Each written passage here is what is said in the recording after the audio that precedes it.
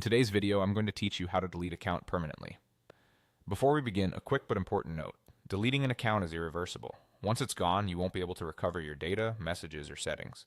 If there's anything you want to keep, pause now to save backups or export your information if the platform offers that option. Also, if you have an active subscription linked to this account, consider canceling it first to prevent future charges after deletion. Start by logging in on the device of your choice. Make sure you're using the correct account you intend to remove. After you're signed in, look to the bottom left corner of the screen and click your profile icon.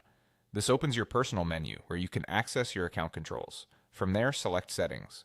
The Settings area is where your privacy, security, and account preferences live. Take a moment to confirm you're in the right place, since the next actions are permanent.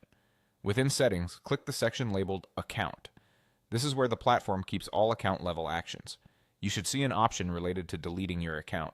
Look for the Delete button next to the text that says Delete Account, and click it.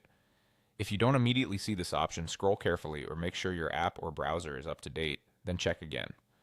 A confirmation screen will appear to ensure you really want to proceed. Follow the on-screen prompts. You'll be asked to enter your email address associated with the account.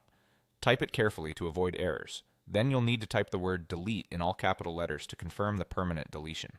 This extra step is there to prevent accidental removals, so make sure you enter it exactly as shown. After you submit, the platform may ask for one final confirmation or display a brief waiting period.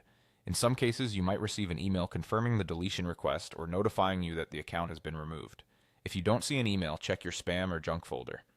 That's it. The account is now scheduled for permanent deletion or has been permanently deleted depending on the service's policies. Remember, once this process completes, there's no way to recover your content or settings.